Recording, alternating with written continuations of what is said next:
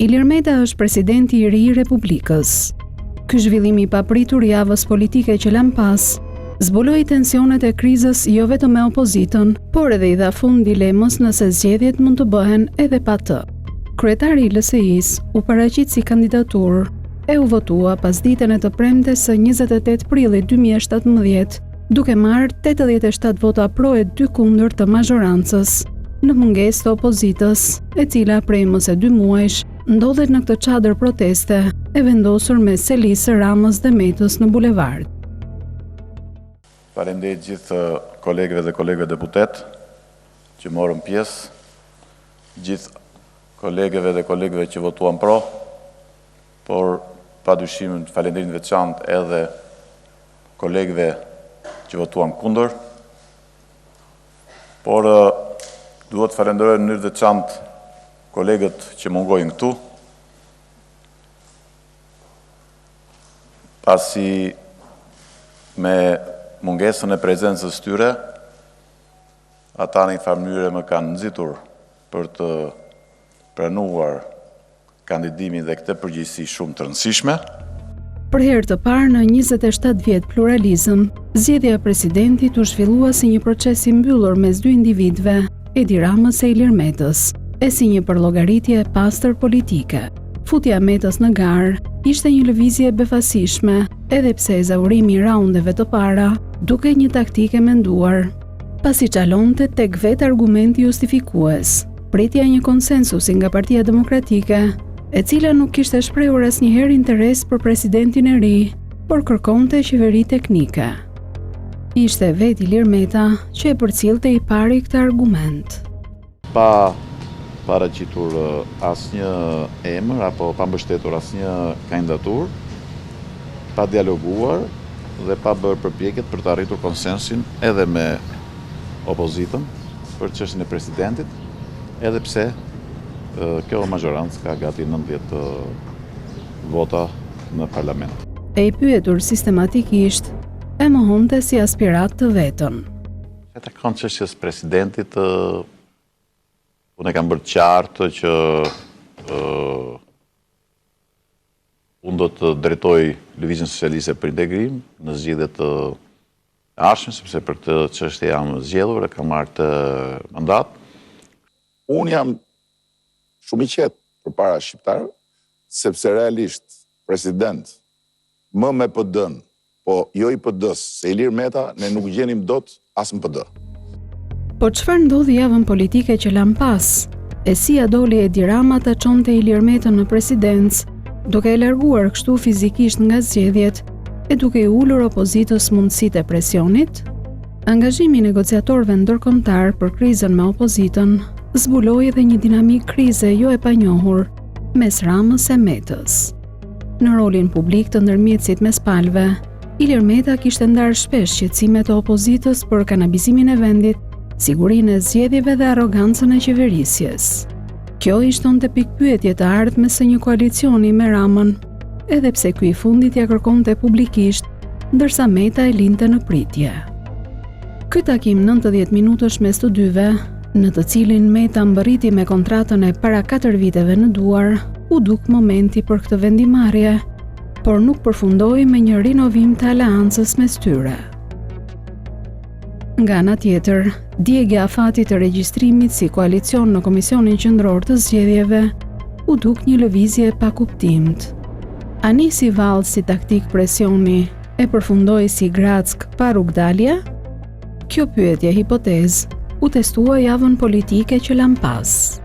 Ilir Meta vijonte me rolin e aktorit mes palëve, që shpalli thirrjen e negociatorëve dhe raundin e parë bosh të zgjedhjes së presidentit. Lulzim Basha radikalizoi aksionin opozitar duke rritur presionin publik. Një ditë para mbërritjes në Tiranë të 2 negociatorëve McAllister e Fleckenstein, realizoi bllokimin për 60 minuta të akseve kryesore kombëtare në vend, pas një incident, rezultat që e dalloi edhe një herë më shumë mënyrën paqësore të protestave të tij.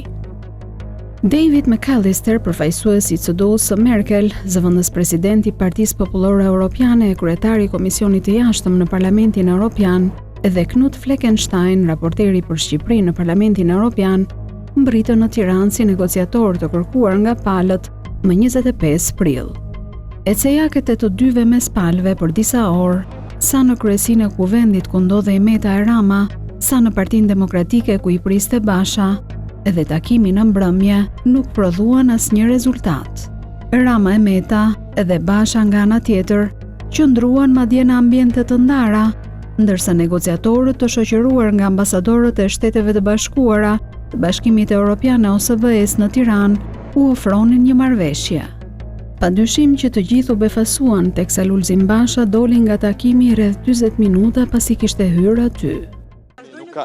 Nuk kanë nisur negociata, jemi në proces të takimeve dhe të bisedimeve me ndërmjetësit nga Bashkimi Evropian. Ndërsa Basha ishte parë të drejtohej tek zyrat e ish-kryeministrit Berisha, dalja e aktorëve të tjerë 20 minuta më vonë, pa deklarata, paralajmëronte dështimin e negociatave. Ilir Meta e Tauland Balla u larguan së bashku drejt kryesisë së kuvendit, ku qëndruan fare pak për t'ju drejtuar një restoranti në qendër të Tiranës, ku ndodhej kryeministri Rama me 2 negociatorët e trojkën ambasadorëve. Nga zyrat e Bashkimit Evropian doli një deklaratë informuese se negociatat nuk kishin pasur sukses. 2 europarlamentarët paraqitën propozime për të ardhmen që përfshinin pika mbi dekriminalizimin, luftën kundër lëndëve narkotike, masa teknike për përmirësimin e kryerjes së zgjedhjeve, si dhe masa për ndërtimin e besimit politik. Ata propozuan gjithashtu ide për diskutim mbi datën e zgjedhjeve dhe ndryshime të mundshme parazgjedhore në strukturat e qeverisë për të ndërtuar besim afatgjatë te sistemi. Nga ana e majorancës pati dakordsi mbi pikat e propozuara, me kusht që vettingu të votohet në parlament. Partia Demokratike ju përmbajt pozicionit të saj për emërimin e një kryeministri teknik dhe miratimin e një sistemi elektronik votimi për të pasur zgjedhje të lira dhe të ndershme. Në fakt, siç u mësua, propozimi ndërkombëtar kishte qenë ndryshimi 4 ministrave me teknicien të propozuar prej opozitës e të miratuar nga Rama. Shtyrja zgjedhjeve deri në 16 korrik, një kryetar i Komisionit Qendror të Zgjedhjeve i propozuar nga opozita, si dhe një sër penalitetesh ligjore për shitblerjen e votës e sigurinë e saj. Për to ishte marrë miratimi në parim nga Rama e Meta, por ishin refuzuar si të pamjaftueshme nga Lulzim Basha. Një detaj të cilit nuk ju kushtua vëmendje për shkak të kuriozitetit mbi fatin e negociatave, ishte interesi i shtuar i Ilir Metës për Tauland Ballën gjatë gjithë asaj dite. Do ketë takime A pranoj qeveria teknike? Nuk kam asnjë koment, faleminderit. A vazhdon negociata? A vazhdon negociata? Faleminderit. A do ketë takim tjetër? Nga iku Taulandi. A do ketë takim tjetër zoti Meta? A ka takime tjera sonte? Faleminderit. Tauland. Hajde këthe, hajde. Futët e makina. Vëmendja, siç u pa më pas, nuk ishte aq për nënkryetarin e grupit socialist, sesa për kryetarin e Komisionit të Reformës Zgjedhore. Të nesërmen Lulzim Basha përsëriti se nuk tërhiqej nga kërkesa për qeveri teknike dhe se opozita do radikalizonte aksionin në mbarvendin. Edi Rama e bëri të qartë se është gati të dorëzoj ministrat e tij, se është gati të dorëzoj kreun e KQZ-s, se është gati të dorëzoj zyrtar në polici e kudo tjetër, por nuk është gati të dorëzoj karriken e tij. Javën e ardhshme nis bashkimi i armatave paqësore të Republikës së Re nga jugu në veri, nga lindja në perëndim. Vetëm pas një takimi të premten të trojkës ambasadorëve me partitë e vogla parlamentare, Selia Bluz bardhi se ajo vetë kishte bërë disa propozime që nuk ishin pranuar nga Rama, një kundërpërgjigje sipas Partisë Demokratike për pretendimin e pavërtet të Vlahutin në këtë tryez, se Partia Demokratike nuk kishte paraqitur ofertë tjetër. Së pari kryeministri i qeverisë teknike të propozoi nga mazhoranca aktuale. Së dyti, lidhur me datën e zgjedhjeve, të eksplorohej nëse zgjedhjet me votim elektronik, biometrik dhe numërim elektronik do të mund të realizoheshin brenda tetorit. Nëse kjo do të rezultonte teknikisht e pamundur, të punohej për identifikimin biometrik të votuesve dhe numërimin elektronik të votës. Dhe në pikën e tretë, Partia Demokratike rikonfirmoi qëndrimin e bërë publik prej 10 javësh, se menjëherë pas formimit të qeverisë teknike, opozita do të kontribonte në parlament për zbatimin e plotë të procesit të vetingut dhe të reformës në drejtësi. Pas kësaj, thuhet në deklaratën e Partisë Demokratike, Edi Rama refuzoi duke dështuar përpjekjen për ndërmjetësim. Refuzimi i Bashës ndaj lëshimeve të propozuara në kushtet kur ndërkombëtarët me radhë kanë bërë thirrje ta zhvillojë betejën në institucione jo jashtë tyre, duket një luks jo i vogël për të, ndërsa mbetet mister siguria që ka për të mos bërë asnjë lloj lëshimi. Nga godina në krah të çadrës, Ilir Meta tani ndodhej para një dileme të fortë edhe për vetë partinë e tij. Paketa e lëshimeve për Lulzim Bashën ishte më pranë sugjerimeve të tij publike dhe refuzimi nga Basha praktikisht i hiqte atij alibinë e zgjedhjeve fasad pa opozitën. Për më tepër, pa një koalicion me Ramën, shanset e LSI-s për rezultat zgjedhor zvoglohen, pothuaj një lloj si të çdo partie tjetër në garë. Kjo fal ndryshimeve në kod që u miratua në 2008 pas një marrëveshje Berisha-Rama, duke favorizuar kështu partitë e mëdha. E në këto kushte, Edi Rama nuk e ka më prioritet koalicionin me Ilir Metën dhe paralajmërimin e ka bërë prej ditësh se afatet për koalicionet janë ndjegur. Nëse ju doni të regjistroni si koalicion, mundeni deri 29 prill apo jo? Tani jo. Periudha e regjistrimit koalicioneve ka kaluar. Pa një rrugdalje, Ilir Meta po kërkonte një mënyrë për të hyrë në koalicion me Edi Ramën. E vetmja dukej ndryshimi i kodit zgjedhor për të zhvendosur afatin e regjistrimit të koalicioneve ose rishikimi i komisioneve zgjedhore, duke përfshirë si antar të gjitha partitë parlamentare. Kjo ide mund të ketë qenë temë takimeve që janë bërë një ditë pas dështimit të negociatave në zyrën e Metës me Ramën e Ballën që drejton Komisionin e Reformës Zgjedhore. Me një draft propozimesh që nuk është bërë publik, Ilir Meta thirri tryezën e partive parlamentare. Përveç LSI-s, tryezës ju bashkuan Partia Socialiste, PDU, Libra dhe Partia Kristian Demokrate. Edi Rama nuk shkoi vetë, por u përfaqësua me Ruçin e Ballën, ndërsa partitë e opozitës e bojkotuan. Arsyetimi publik kishte qenë informimi për negociatat mbi krizën politike, por nga deklarimet e palëve pas takimit, u vore vëmendja tek ndryshimet në kodin zgjedhor. E zbuloi këtë Tauland Balla, që hodhi poshtë mundësinë e ndryshimeve pa konsensus të gjerë e pa certifikim të OSBE Odirit. Në kodin zgjedhor në Shqipëri ka ndjekur një rrugë shumë institucionale. Është kërkuar konsensus i gjerë, dhe kur flas për konsensus i gjerë për spektrin politik parlamentar dhe për certifikim nga ana e OSBE Odirit. Përse vallë kjo referencë Tauland Ballës? Çka nuk dihej ishte se propozimet e ndryshimeve ishin ndarë edhe me ndërkombëtarët gjatë lëvizjeve të tyre diplomatike ditët e fundit, por nuk ishin mirëpritur për shkak të procesit të filluar. Këtë pengesë jo të vogël e zbuloi përfaqësuesja e PDU-s pas takimit me trojkën ambasadorëve të premten e javës politike që lan pas. Unë pata një bisedë jo shumë miqësore me ambasadorin e OSBE-s në Shqipëri, i cili ka deklaruar se mospresmarrja e opozitës do jetë një problem, po do jetë një fjali në raportin e OSBE Odirit, ndërsa ndryshimi i kodit dhe kërkesa për të dhënë më shumë transparencë, administrim dhe numërim të gjithë partive parlamentare në zgjedhje, ky po do të ishte një problem shumë i madh dhe Odiri këtë nuk ta lejonte. Kinezërira të tilla mendoj që nuk e ndihmojnë procesin, përveç se na përjashtojnë edhe në të tjerëve nga ky proces. Dukshëm Ilir Meta po kërkonte një dakordsi nga partitë parlamentare për ndryshimet në kodin e miratuar në 2008 nga Berisha e Rama, vështirësitë të cilit i kishte testuar vetë në 2009, kur garonte pas një nga partitë e mëdha.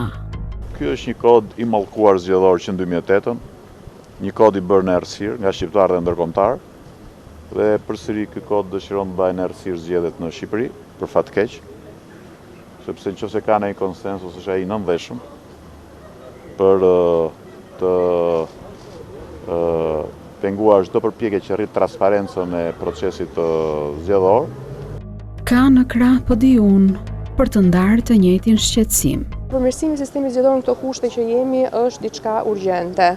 nuk ka asnjë mundësi që të vazhdojmë me sistemin stalinist ku njerëzit votojnë dhe dy parti numrojnë.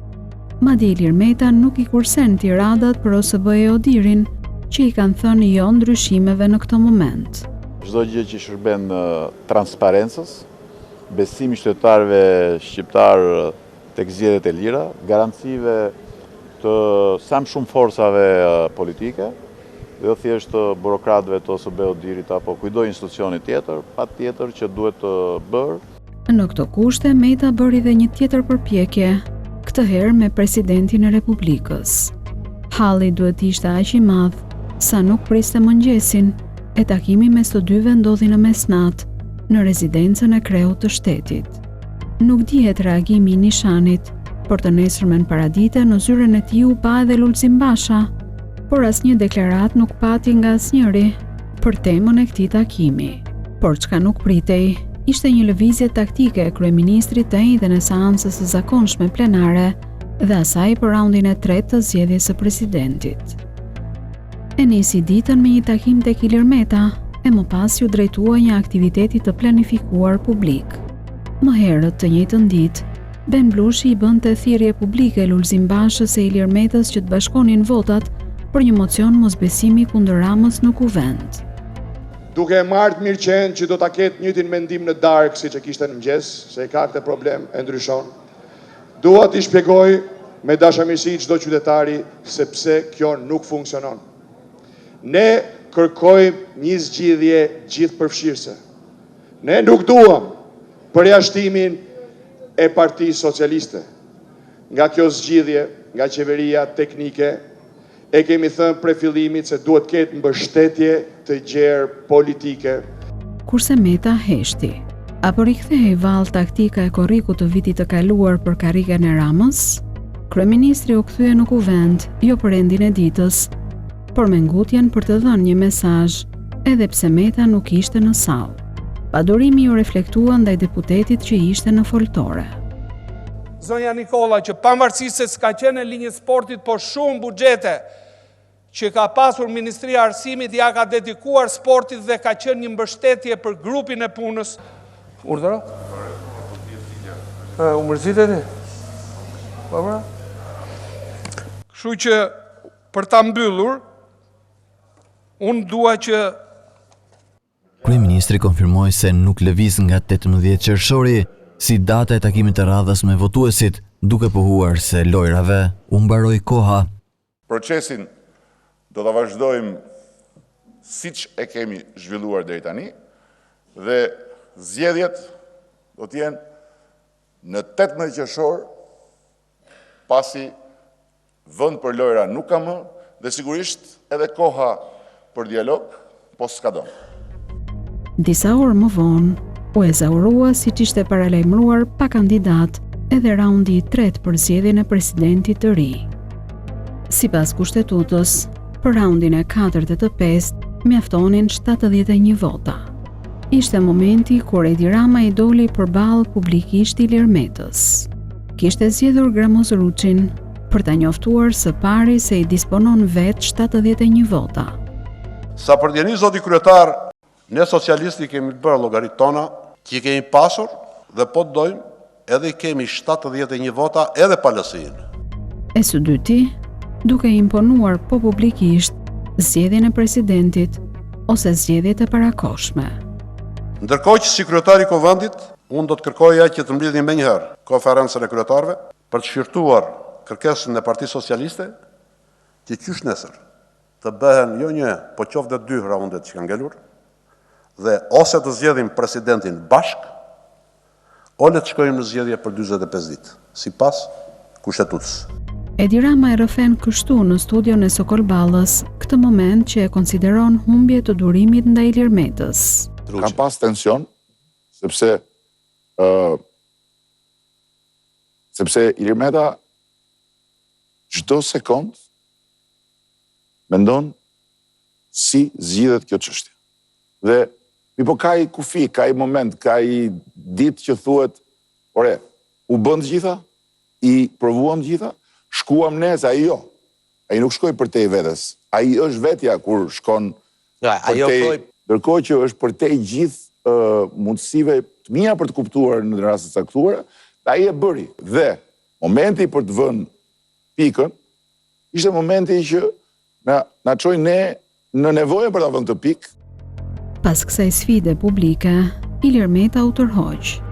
Thiri me urgjencë kryesin, me dyert të mbyllura, e nuk u ndal me mediat, edhe pse faqja Opinion.al bënte të ditur se Ilir Meta kishte nisur mbledhjen e firmave për president. Ashtu kishte ndodhur, e në mbledhje vetë Meta kishte propozuar si kandidatur të dytë të LSI-s edhe Petrit Vasilin, pavarësisht se nuk ishin mbledhur firma për të. Dy kandidaturat ju paraqiten më pas Edi Ramës në një takim tek Vila 30. Duket se zbatimi i kësaj taktike po e argëton jo pak kryeministrin. Por e di nëse ishte e qëllimshme apo pa qëllimshme që emri i Petrit Vasilit ishte i pari, i mezi i dyti, kemi shprehur qëndrimin tonë që natyrisht e respektueshme e para, por e votueshme e dyta. Rama kreu formalisht edhe miratimin e emrit të Metës për president në kryesinë e Partisë Socialiste, por nuk e shpalli vetë publikisht. Ja la taulan ballës. Vendosi në mënyrë unanime nga këto dy kandidatura të mbështesi kandidaturën e zotit Ilir Meta. Një lloj veproje dhe me 20 firmat që duhen për kandidimin e Ilir Metës. I vetmi firmëtar nga Partia Socialiste është deputeti Parit Sara, që shfaqet rrallë në kuvent. Ishin krejt të lexueshme tonet e revanshit ndaj Alahatit, teksa sqaronte se praktikisht i kishte gjetur një vend pune Ilir Metës. Është një president që realisht është i lidhur me të gjithë. Pra, ai pa qenë president, është i lidhur me të gjithë, ka akses të gjithë, flet me të gjithë, i thot gjithë dhe çfarë mendon. Kështu që këtë punë do ta bëj si president, do jetë përshkrimi i punës faktikisht, se ka pas përshkrim pune deri tani, ka pas vokacion. Tani do ketë përshkrim pune. Po çfarë do të ndodh më tej? Të panjohurat kanë mbetur pak. Lulzim Basha vazhdon të përsërisë se nuk do të tërhiqet, e deri tani aleatët po i qëndrojnë në krah, pavarësisht përpjekjeve për diversion vendase ndërkombëtar për t'i futur në zgjedhje. Dhe ambasadori i Lui ishte një zë ndërkombëtar më shumë, që deklaroi se zgjedhjet do të konsiderohen legjitime edhe pa opozitën. Po ashtu është e vërtetë që zgjedhjet mund të konsiderohen të ligjshme edhe legjitime edhe pa pjesëmarrjen e opozitës, por të jemi të qartë, të gjithë duhet të bijmë dakord se me pjesëmarrjen e opozitës, këto zgjedhje do të ishin më të mira. Ne po punojmë çdo ditë për të arritur në këtë përfundim. Me vështirësitë e lexueshme edhe të LSI-s me rregullat aktuale zgjedhore, e partitë të tjera jashtë kuvendit që nxiten të marrin hapësirat që lë bosh opozita, kuadri formal i parlamentit të ri duket krejt i favorshëm për Edi Ramën, ende pa u mbajtur zgjedhjet.